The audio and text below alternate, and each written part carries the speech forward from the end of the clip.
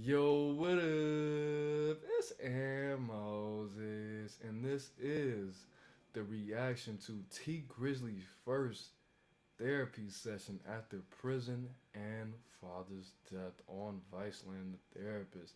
Now, before we start this video, you already KNOW. I'm trying to get that following like King Solomon, so make sure you like, share, comment, subscribe. Comment on what you want to see next. Subscribe, hit that bing bell button so you can get every notification when I go live, post a video. We going crazy. All right, let's get it.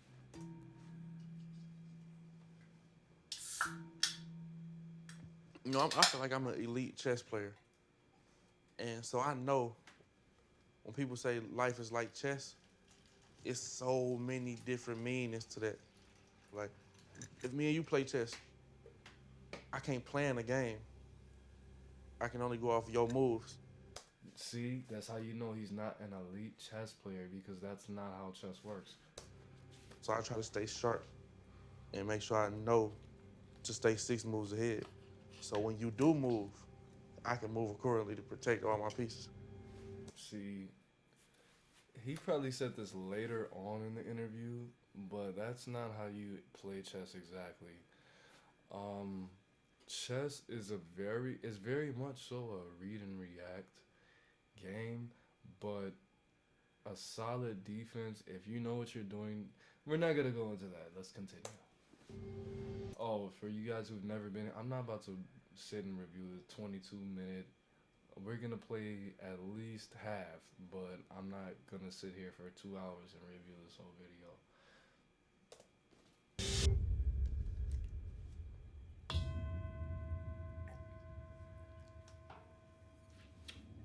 With Dr. Siri Satnam Singh, PhD, LMFT. I don't know what the LMFT stands for, but he's official like a referee, but with the whistle. My name is Dr. Siri Satnam Singh, and I'm a licensed therapist. This week I'm sitting down with a young man from Detroit who, after spending 3 years in prison, emerged with a rising rap career and a new outlook on life. This is T Grizzley. When T Grizzly first came on, like, I really jacked with him, but when he did that whole, he did the whole JoJo thing, I was like, dude's a follower. Like, I don't want that energy being downloaded inside my upgrades. Of course, that died out how it dies out, but at the same time, he made that, why I really started messing with him? Because he lost his auntie. And my auntie is like my mother. So, I just wanted to get back into his music. But from when First Day Out came out, till I think I listened to the Lil Yachty song with him once or twice, and he has a song with Peasy. I've only heard maybe 4 T Grizzly songs, just because he said that shit about JoJo. So the only reason I started listening to T Grizzly again was, number one, because of Peasy, and number two, because of his auntie's death. R.I.P. his auntie, bro. But let's get it. I done did that a few times. I'm 25 I'm not even from Chicago. 52 times. 2 times say he was 2 cribs. Top stakes, he don't need to. And I don't care how talented he is. On me. She gon' see this and be lit. I hit the horn and keep going, cause you niggas ain't talking about shit. I said my whole circle down. Like, nigga, we gotta get rich. Like, nigga, we gotta get icy. We just can't fall in love with this shit. After we had that talk, them niggas ain't start working. Hey. I am in love with Tanache. I can't wait to see her. What's the name of that goddamn song? You know why so many flies in here? Fruit flies? Because all the spiders got too cold and they didn't come in my crib. I should have left the door open when it got cold, but no, I left my window closed because it was that's why so many. Anyways. Person. I can't wait to see you be loyal. And if you want to see me, I did a review on these chips a couple videos ago. They hard. So you ever been in therapy before? I haven't. Haven't, okay. You know, the most therapeutic thing I went through was going to prison. What was therapeutic about it? You couldn't handle freedom, so you had to be sort of contained for a minute. It gave you some time to really Oh, contemplate yeah, and cogitate, and What was so therapeutic? I was able to read. you were able to read. I was able to talk to myself. I was able to think for a long period of time. I never read a whole book before I went there. I fell in love with reading, and I love reading the whole Facts. book now. Mm-hmm. You know, That I feel like confidence. talking to myself. I feel like I'm talking to a smarter person. Exactly. That's the whole point of educating yourself, bro. Definitely. Go ahead. I've never been in prison before. I've only been in jail, but a lot. So. Because really, when I talk to myself, I give myself the answers that I don't want to hear. So you got that whisper, that higher voice really talking to you. You're in relationship to Introspection. it. Yeah. Mm-hmm. So what was your original sentence? How many years were you supposed to be there? My original sentence was 3 7, years. 3, and you maxed out. They got I you on didn't the even news. expect to come home. So that was very unsettling for you, because I'm just anxious sitting over here now. Yeah, it was tough. It was tough for sure. So 3 3 years, bro. years. That's a Wow, and long that's your motherfucking time. name, Grizzly? T. Grizzley. That's where it came from, right? Mm-hmm. So talk about that. How were you a bear in prison? I was heavy on the workout, so I was like big. I was bigger than I am now, real big. You gotta be bigger than nigga. You got chicken legs. You're pregnant, and you got about at least a C cup, bro.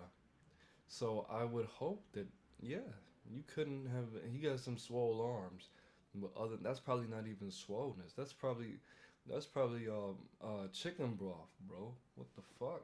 I ain't never cut none of this, so this was like out. You know, Oh, my so dreads was always real nappy. I was Grizzly Adams. aggressive. I was aggressive. Like, if an altercation came about, like, I wanted to see some blood because I was so mad and I was aggressive. In his defense, being locked up for some stupid shit, yes, that will make you aggressive. When you hear that people around you have done what they've done and you're put in that situation with them, like take it from me, being locked up with people who have shot through people's houses and they got charged with attempted murders and all the goofiness that goes on being institutionalized when you hear all he did was break into some people's dorm rooms, not even their houses. They weren't even allowed to have guns. The whole point of the charge being so high when you get charged with burglaries and home invasions is because number one, you could have lost your life doing this. So you must be in a fucked up state of mind. Number two, that person could have killed you. So you could have gave this motherfucker PTSD for the rest of their life. If they would have killed you, that would have changed all their relationships and all their interactions. They would have to pay all this money to go to therapy to reverse the damage that you inevitably made them fucking go through while they killed your stupid ass for breaking in their shit. But breaking in a dorm room when you're not allowed to have guns or weapons at all should not be a fucking felony. I feel, not I feel, I don't feel this, I think this. That should not be a fucking felonious charge because there's no form of there's no way that you should lose your life if you break in somebody's dorm room, whether it's home invasion or not, unless the person is a registered UFC fighter or they have their hands registered or they're a black belt or a triple black, you know what I'm saying? The whole point of somebody getting that much time is because lives could be at stake. Somebody's whole life is not going to be changed if you break into their dorm room and you take their laptop. Okay, I'm not advocating for it, but at the same time, me being in the same situations as homie, like he's not my homie, I don't know him, but it just the point of the law is for the protection of both the offender and the victim. Now, if the victim wasn't going to be victimized at the highest extent, there should be no reason why he should have done time in prison because that is a part of the law. And that is what the judge explained to me before he sentenced me. Do you know you could have got killed? Do you know that this person could have killed you? And he's not a killer. He's not a psychopath. He's not a sociopath. If he would have killed you and you're a teenager, do you know that would have affected his whole life? That do you know that would have affected his life? In regards to his relationship with his wife and his children because he killed you. Do you know that he probably would have had to go on psychiatric medicine and do this and do this? This is why you get so much time for doing dumb shit like this. There's no reason for a dorm person, a college kid, to have to kill you because it's a dorm, bro. Because they can't have lethal weapons in their possession. But let's go. You feel me? It's like, man, that boy like a grizzly on the yard. You know what I'm saying? That's Grizzly. That's a young Grizzly. But I ended up calming down, get myself together because I wanted to come home. Did you get more time for that? No, I never got caught. Never got caught. You know? But So, how did you get sent? I think because what he did was, I don't know how, he got sentenced to 3 and did 3. I don't know how he didn't max out and didn't get, he maxed out but didn't get caught. So I don't know. I'm gonna have to do more research on that. it's a lot of time. It's a lot of stuff that I did that could have got me an extra 2 years that wasn't even worth it. Wasn't even worth it. Hole in some. They make the little liquor. They make the alcohol. Hole in that in my locker. Trying to sell that for some money in there. Could have got me an extra 2 years. And I wasn't getting nothing but $10, $5, $20. $20 would have got me 2 years. So he's saying that they call him Grizzly. You know why they call him Grizzly? To cover up the fact that he was being preyed upon. That's why they called him Grizzly. Because shit like that, my nigga, that's some they gave him the name Grizzly to make him feel like he had a place. Number one, you do not give somebody the responsibility of holding on to merchandise that is going to get them 3/4 of the motherfucking time that they already have. And if he was a fucking bear, a grizzly bear, he wouldn't have done that. Am I saying that he's not what he's presenting him? No, I'm not saying that. Jail culture is a lot different, but at the same time, jail culture is modeled after street culture, my nigga. You don't fucking go into a situation where you only have 2 years and you do one thing that's gonna get you, or excuse me, when you only have 3 years and you don't do this one thing, holding a little cup this size of hooch in your locker that's gonna get you the totality of 5 years, that is not worth it, my nigga. I could see if it was thousands of you were willing to do 2 years off of a $10 motherfucking cup of some hooch that you could accidentally make by keeping a couple oranges and Kool-Aid packages in a bro. That doesn't make any sense. Am I saying T Grizzly's fool? No, I'm not. I'm just saying that he was young at the time and he got taken advantage of. That's what I'm saying, bro. So his name Grizzly was given to him off of a predatorial position. He was being preyed upon. That's why they named him Grizzly, to lower his to charm and disarm him, to lower his defenses, to make him do shit that he didn't really want to do. Because when you're in jail and you logically think, okay, look, I only have 60 days. I'm not about to do no dumb shit. I'm not about to do this. I'm not about to do that.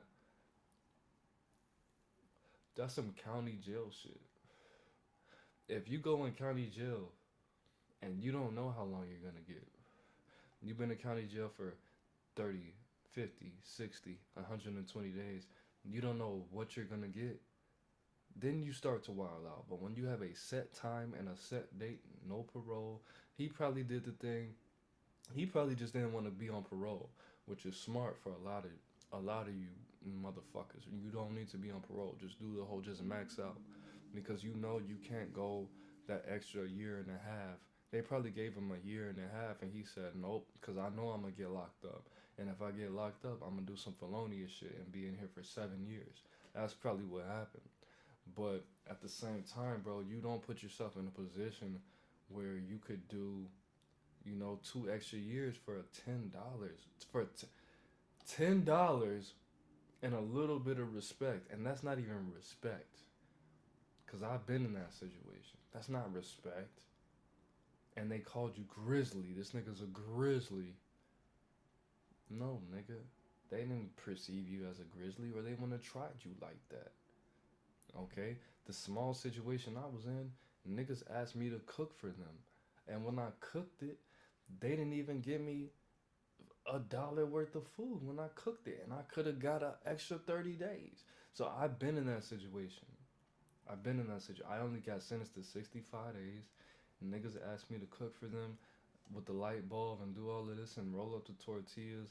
And I was like, hey, so can I get at least a half a tortilla? Niggas gave me a bite this big, bro. And I could have got 30 more days. That's much more than what the fuck he did. I mean, much less than what he did. So stay out of the moral of the story already is just stay out of prison.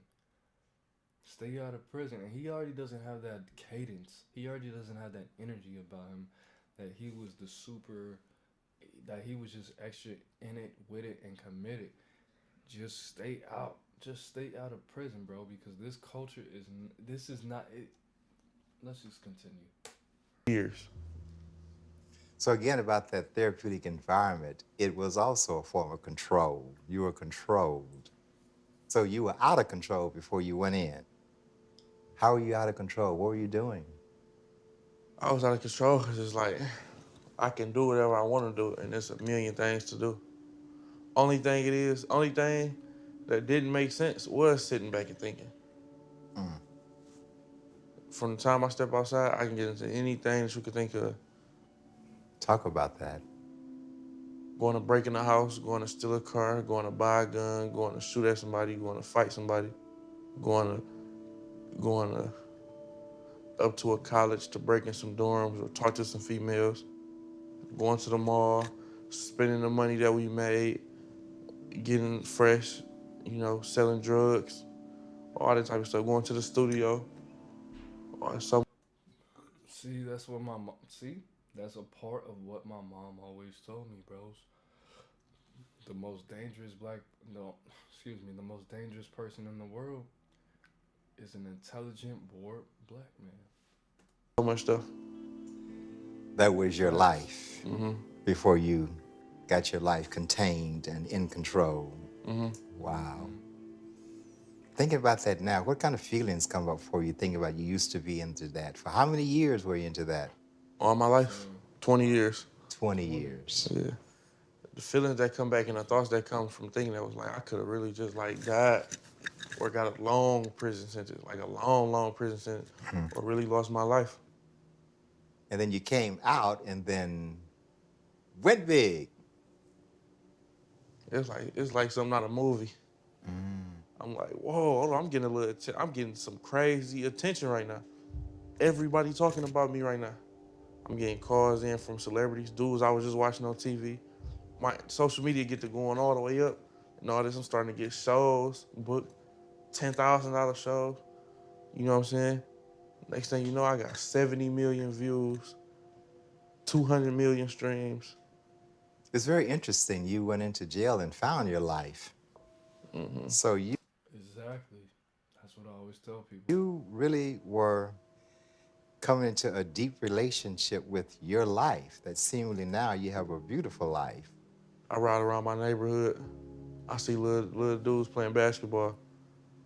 I hop out and shake everybody's hand, and they just be stunned like, wow. Like, you be on TV, bro. You T Grizz, what you doing? So just the average man, I guess, that you really want to help. And I want to do it so bad because I wish somebody would have did it for me.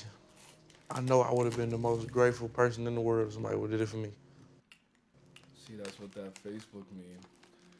That one Facebook meme, and I know that you know that I know that you know that I don't like to quote Facebook memes and Instagram memes, but be the person that you always needed in your life for other people. So I want to help people who know help not coming.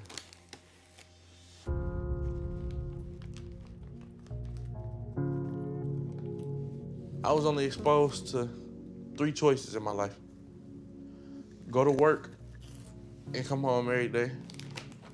You got the drug addicts and the alcoholics. Nobody want to be like them. Or you could be a drug dealer or a robber or a hitman. These people, the drug dealers, robbers, and hitmans, getting the most money in the neighborhood. They always happy. You know, they got some type of confidence, this ego. But at the same time, bros, if you're watching this and you're in this type of situations, they're in a neighborhood that's making them uncomfortable. So they're not any better than you. This energy, just They can't think about it like this. They can't survive anywhere that you can't survive, right? On an incline, but on a decline, they've been everywhere where you can go, might go, and possibly will go. But can you have a conversation with the CEO of Kellogg's? Can you have a conversation with Steve Jobs? Can you meet with the person that is the CEO of Black and Decker? Can you meet with the person that's the CEO of Louis Vuitton? And if you didn't know, Louis Vuitton owns Hennessy. If you didn't know, 80% of people in the world that buy Hennessy in America are black. And Louis Vuitton owns Hennessy. And if you want Hennessy stocks, all you have to do is buy Louis Vuitton stocks. And last time I checked, in 2016, Louis Vuitton stocks were only worth $175. So as long as black people are making money, Louis Vuitton is gonna make money. Why you think Louis Vuitton won't say anything negative about black people? Because Hennessy, buying Hennessy was one of their biggest moves. You feel me? So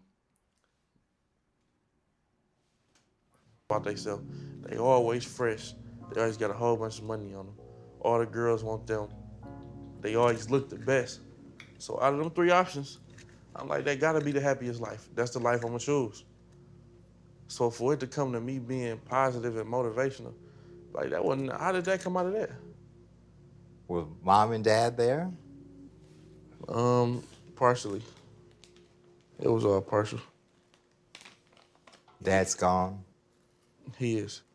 He was around the less, but I had the strongest relationship with him. He was like the best person out of everybody to me. How did he get killed? he got killed. Thought he went to- He was selling drugs, and he had some dudes working for him. They was beefing. Got into a shootout with some dudes in my daddy's car. So they took his car back, never telling them that they just had shot at these dudes. So my old dude in his car, he parked and go stand on the porch. The dudes ride past. Oh yeah, that's the car that just shot at us. Hold on, guys. Let me put this on a little pause. All right, we back. And it was my dudes on the porch with some of my cousins and my uncle and a couple other people. So T Grizzly is describing where his father passed away. So the dude's like, that's the car that shot at us. They gotta be them. Start shooting. He the only one got hit. So what? Yeah, and he ended up bleeding to death. So he was there. Hold up. I think They gotta be parked and go stand on the porch. So they took his car. He was selling drugs, and he had some dudes working for him. They was beefing. Got into a shootout with some dudes in my daddy's car. So they took his car back, never telling them that they just had shot at these dudes. So my old dude in his car, he parked and go stand on the porch. The dudes ride past. Oh yeah, that's the car that just shot at us. And it was my dudes on the porch with some of my cousins and my uncle and a couple other people. So the dude's like, that's the car that shot at us. They gotta be them. Start shooting. He the only one got hit. Yeah, and he ended up bleeding to death.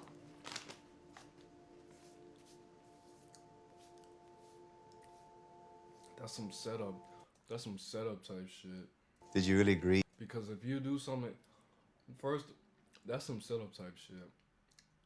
It's in my opinion that yeah, he got set up because that's not normal, bro. Because a nigga from Chicago, everybody knows I already have a lot of love for the D. Detroit put a lot of things on the map, nigga. I'm talking about a lot of things. As far as the buffs, as far as the just overall jumping fresh, as far as the hair culture, as far as a lot of things. The pimp game, the drug game, a lot of things have come from the D, but that is some niggas in Chicago don't do that, bro. Niggas in Atlanta don't do that. Niggas in Miami, New York don't do that. If I do something in your whip, I'm gonna tell you. Matter of fact, I'm not even gonna subject you to doing some shit in your whip, and I'm not even gonna subject the whole city of Detroit of being, you know, a part of that culture. That was just some straight up grimy shit because they knew if I know this and I'm not a street guy. If I know this, then they knew that. Okay, with especially with me not being a street guy, I know this to not. That was a hit. That was a hit. That was an inadvertently planned hit. Okay, and it wasn't inadvert. It was purpose. It was very purposeful, and they didn't care who was gonna get shot. They didn't care. You know, the people who they were intending to assassinate weren't even there, bro. That's how you know. They didn't care if T Grizzly got hit, T Grizzly's cousins, T Grizzly's mom, his grandma, his auntie. They didn't. That's grimy as fuck. So that's just how it is. Father? Mm-hmm. It was You know hard. what his father Did you really grieve your father? grieve him. Mm-hmm. It was hard for you. Mm-hmm. How old were you? About 18, 17, 18. What do you remember about Dad? He had a lot of wisdom. I looked at him like the smartest man in the world. Like anything he said, the answer, like it ain't gonna be wrong. Cause it makes so much sense. Wow. He was the only person that used to give me money and buy me clothes and take me to the movies and stuff when when none of that was in my life. So all that was I was super grateful for all that. But the best times I had with him, See, the good thing about that is he had that understanding from a masculine standpoint, bro. See, the thing about the black community is we have that same understanding, but from our mothers. This is why a lot of situations get perpetuated because when you have your mother only buying you clothes, showing you a good time, taking you to the movies, taking you to the circus and things like that, then you start getting used to being in the energy of receiving from a woman. The fact that he received from, the masculine energy was supposed to put him in the mindset that, hey, you need to be in that provider energy. You need to be both masculine, both alpha, both controlling, dominating, directing, and have dominion over your environment as well as provide. Okay, because a king is supposed to provide, feed, serve, direct, and instruct, enlighten, guide, guard, and protect his people. When you have that energy initially in your life from day one, it's a different feeling. You get me? So, had he not had that, he he probably wouldn't be as successful as he was because he couldn't picture himself probably taking or finessing a female out of a specific amount of money, but the fact that he had that image or that example, he had it in his mind that he was supposed to get it in a specific way, receive it, give it back. You feel me? When you have specific energies that place you specific directions, you will get a different message. The message will be that you need to provide specific energies to receive that. You feel me? So let's go on. As we'll sit at the table, and he'll be chopping up crack, bagging it up, and I come sit next to him. But at the same time, see, he's telling us that we have a clear depiction of his father showing him how to indulge in negative activities. And when I say negative, I mean activities that are gonna subject you to being institutionalized. Which, We'll start talking at like 8 o'clock p.m. Won't stop talking like 3 in the morning. He'll Wow. put that up and everything. Put that up and we'll just sit there and talk. Is mom still incarcerated? Mm-hmm. When is mom slated to get out? She got sentenced to 15 years. So she already had done about, she probably already had done about 15 years altogether. That's why I say I watch her do life. Seen her do over 25 years. Hopefully in about 10 years. Do you have any memories of mom? I remember us not being all the way as cool as me and my daddy was. So your grandmother raised you? Mm-hmm. Yeah. this is uncomfortable. I don't want to do this anymore. This nigga never really had a mom. Like, I can't imagine my life without my mother, bro. Um, I'm gonna put this back on full screen, but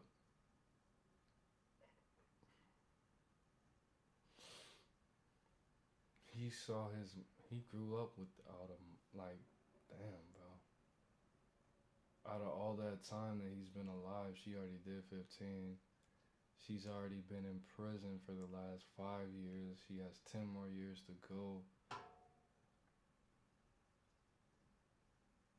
And you can see, like, you can sense and see why he's in that childlike state right now. Like, he is in his. And there's no shots. I'm not trying to disrespect dude or nothing like that, but he's in that same, like, 8 to 10, maybe 13 at best, year old energy. Maybe 16, like he said, when his father died. He probably stopped maturing when his father died because he holds on to that energy. But that's probably why he did the whole JoJo thing, because he he his father left the world when he was in the follower energy, which the follower energy for me, I mean, we all mature at different rate, and it's not even a maturation thing. It's more of a personal thing. Some people never become leaders. Some people are born leaders. Some people are made leaders. Some people are groomed to be leaders. Some people need that. But the whole point of it is him being able to provide for his family was starting to be instilled in him. And when he was given specific information and knowledges and wisdoms, it was taken away so abruptly. And it was given to him in pieces. And he didn't really have any guidance. Do I feel bad for him? Now that I know, I feel bad for him. Am I going to continue to listen to a little bit more of his music? I'll try. I will try. I will try. to listen to a little bit more of his music. I prejudged him because that's my duty. Because emotions are created to judge the distance that we have between life, death, danger, and safety. Okay? I felt that listening to T Grizzly would put me in more dangerous situations than in safe situations. Just like just like the discernment that I use when I listen to R. Kelly.